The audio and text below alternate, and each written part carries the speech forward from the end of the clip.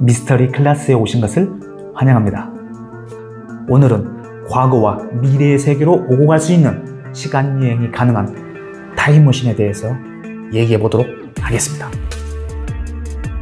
1972년 자신을 신부라고 소개한 한 남자가 이탈리아의 한 잡지사에 찾아와서 매우 놀랄만한 이야기를 전해줍니다. 그것은 바로 타임머신에 관한 이야기였습니다. 펠레그리노 에르네티 신부라고 밝힌 그는 1958년도에 자신이 몇 명의 과학자들과 함께 타임머신을 개발했다는 이야기를 전해줍니다. 이탈리아 가톨릭의 성 베네딕트에 소속되어 있는 언어학자이면서 입자 물리학자인 펠레그리노 에르네티 신부는 1956년 어느 날 로마 교황청으로부터 호출을 받고 교황을 아련하기 위해 교황청으로 갔다고 합니다. 에르네티 신부가 아련한 교황 비오 12세는 느닷없이 그에게 타임머신의 개발을 지시합니다. 교황 비오 12세는 에르네티 신부에게 유능한 과학자와 함께 협력해서 타임머신을 만들려는 지시를 내렸다고 합니다. 당시 교황 비오 12세가 타임머신의 제작을 지시한 이유는 자신이 타임머신을 타고 고대시대로 돌아가서 직접 예수님을 뵙고 싶다는 염원 때문이었다고 합니다. 로마 교황청의 최고의 수장으로서 구세주인 예수님의 실제 모습과 그 당시 처한 상황을 직접 보고 체험함으로써 예수와 관련된 역사적 사실을 더 깊게 이해하기 위해서라고 하죠. 교황으로부터 타임머신 제작을 하명받은 에르네티 신부는 타임머신 개발을 위해 유능한 과학자를 섭외하는데 미국 아폴로 11호를 개발한 폰 브라운 박사와 세계적인 물리학자 엘리코 페르미 박사를 포함해서 총 12명의 유능한 과학자들을 영입해서 교황청의 비밀 연구실에서 본격적인 타임머신 개발에 착수하게 됩니다. 에르네티 신부를 포함한 타임머신 개발위원회는 수년 동안 많은 시행착오를 거친 끝에 1958년 드디어 타임머신 발명에 성공하게 됩니다. 에르네티 신부 등이 발명한 크로노바이저라는 이름의 타임머신은 우리들이 알고 있는 타임머신의 원리와는 다르게 작동합니다. 보통 타임머신이라고 하면 타임머신 장치를 작동해서 자신이 과거나 미래로 직접 다녀오는 원리로 되어 있지만 이들이 만든 타임머신은 크로노바이저라는 모니터 기계에 특정한 시간대 인물이나 사건이 화면을 통해 보여지는 원리라고 합니다. 즉, 에르네티 신부 등이 만든 타임머신 크로노바이저는 과거의 특정한 시기의 상황들을 촬영할 수 있는 기계인 거죠.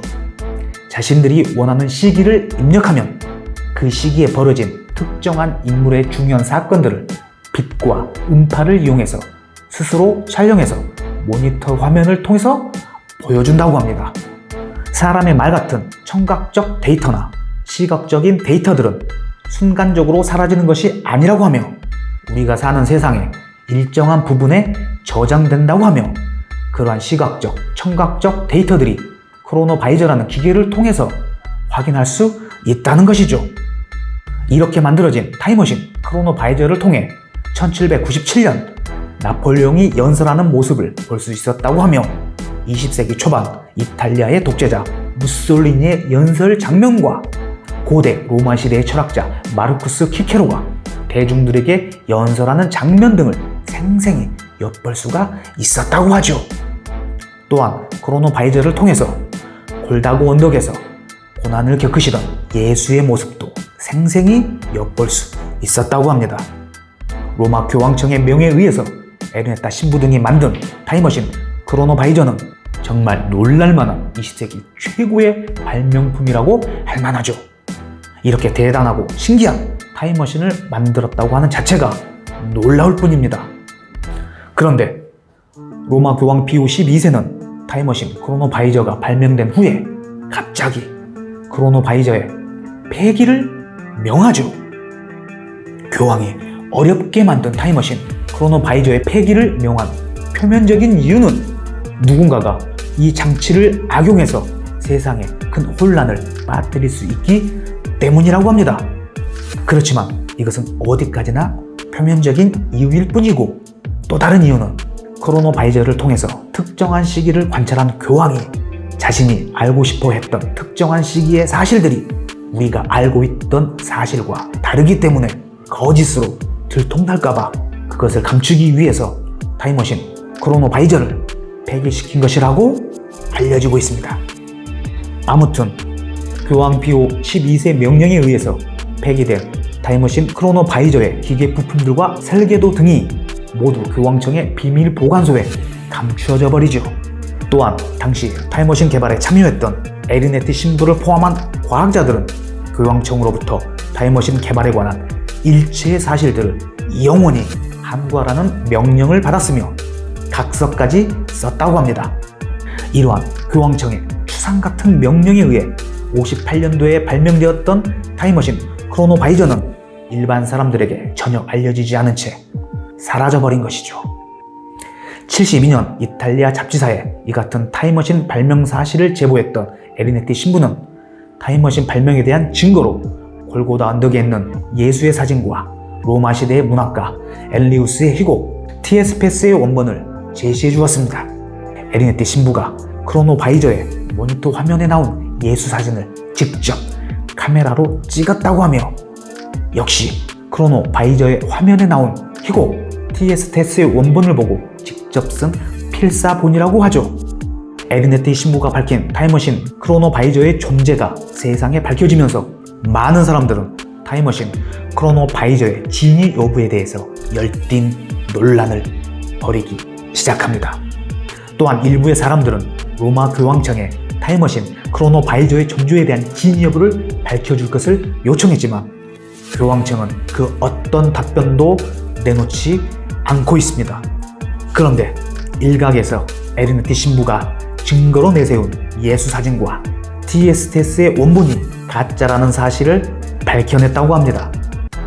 가짜로 밝혀진 예수 사진은 이탈리아의 토디 지방의 엽서 그림에서 도용해온 것이라고 하며 희곡 티에스테스의 원본은 진짜 원본이 아니라 누군가가 새롭게 지어낸 가짜 글이라는 것이죠.